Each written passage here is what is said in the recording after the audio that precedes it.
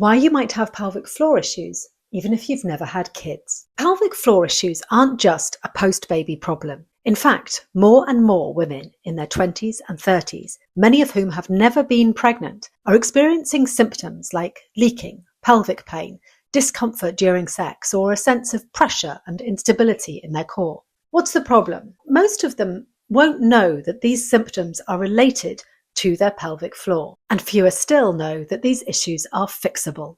This video dismantles the myth that pelvic floor dysfunction only affects mothers. We'll unpack what the pelvic floor is, what can go wrong, why it's becoming more common in younger women, and how you can address it without shame, surgery, or silence. Why the pelvic floor isn't just a mum issue. Culturally, pelvic floor health is framed as something that only becomes relevant during pregnancy or after birth. That's a mistake. Your pelvic floor is part of your core system, working with your diaphragm, deep abdominals, and spine to support every movement you make. It helps control continence, supports posture, and affects breathing, sexual function, and bowel health. So when it's not working optimally, you can feel it, even if you don't realize that's what you're feeling.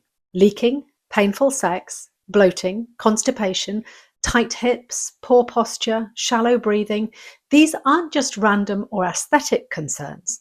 They are often signs that your pelvic floor is under stress, disconnected, or overloaded. What causes pelvic floor dysfunction without pregnancy? Well, there isn't just one single cause, but there are some common patterns that can contribute to dysfunction in younger women. These include long hours of sitting, chronic stress that causes breath holding or clenching, high impact fitness without proper core engagement, or the constant sucking in of the stomach that's often encouraged by an aesthetic-based workout culture. Many women also develop pelvic floor tension, hypertonicity, through repeated bracing, especially in sport, dance, or under stress. Others develop symptoms following trauma, injury, or chronic pain conditions. None of this is about weakness. It's about coordination, pressure regulation, and awareness. If those systems are disrupted, the symptoms will follow. Why this is becoming more common. Younger women today face a combination of pressures that previous generations didn't experience in the same way. We're sitting more, scrolling more, and moving less. But when we do move, it's often in intense bursts, high impact, high pressure workouts, tight clothes, or high expectations, or both.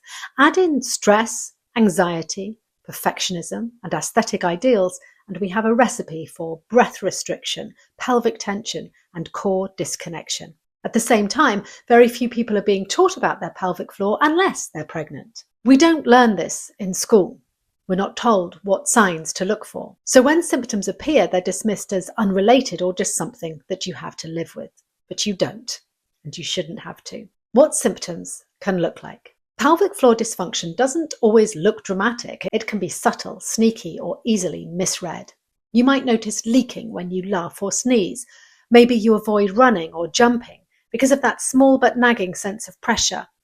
You could experience pain during sex or when using tampons, discomfort in your hips or lower back, or a constant feeling that your abs just don't engage the way that you want them to.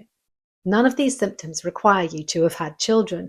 They just require you to have a pelvic floor, and everyone has one. What the research tells us. Research backs up what we're seeing anecdotally. A 2018 study in neurology and urodynamics found that 21% of young female athletes with no history of childbirth experienced urinary incontinence. Other studies show a strong correlation between pelvic floor dysfunction and those who train or dance professionally or spend hours in a static seated position. But even beyond the numbers, what's clear is this: pelvic floor issues are not just caused by birth. They're caused by pressure mismanagement, poor recovery from injury, muscular imbalance, systemic stress. The good news is these can all be addressed. Why early awareness changes everything. Most women are only introduced to pelvic floor rehab after giving birth, when dysfunction is already causing problems. But what if you didn't have to wait for things to get worse before taking action? What if you could prevent the leaks, the pain, the disconnect before they start disrupting your life? Early awareness means that you know what to look for. You understand what your body is trying to tell you, and you move in ways that support, not suppress, that function. You know how to breathe, how to release, how to lift and train in a way that strengthens your system instead of straining it. That's not an overreaction, it's embodiment. What happens when these issues are dismissed? Now, too often when younger women mention pain with sex or bladder urgency or a strange pressure that they just can't explain, they're told to relax or do more Kegels, or worse, that it's all in their head. This dismissal not only delays effective treatment, but it teaches women to stop trusting their own experience. When symptoms are ignored or minimized, they don't just go away, they escalate. Muscles tighten further, avoidance patterns set in, confidence drops, and women are left to silently manage symptoms that they were told shouldn't exist in the first place. Validating your experience is the first step, and getting informed support is the next. How Mutu supports you, even if you're not postpartum. Mutu isn't just for mothers. It's for everyone with a pelvic floor, which is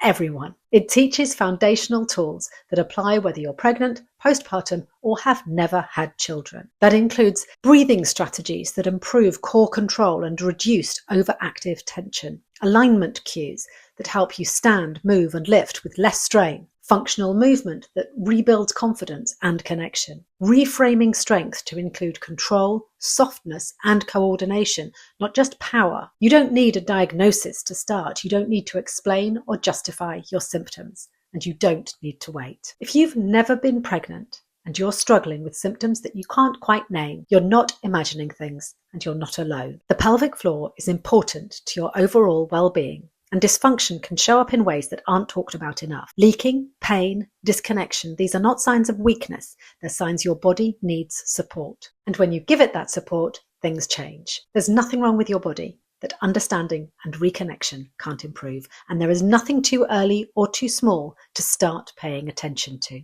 You don't have to wait until things get worse. You don't need to fit a specific mold or stage of life to start reconnecting with your core and pelvic floor. Learn with Mutu what's really going on beneath the surface, what your body is saying. Let's help you listen and thrive.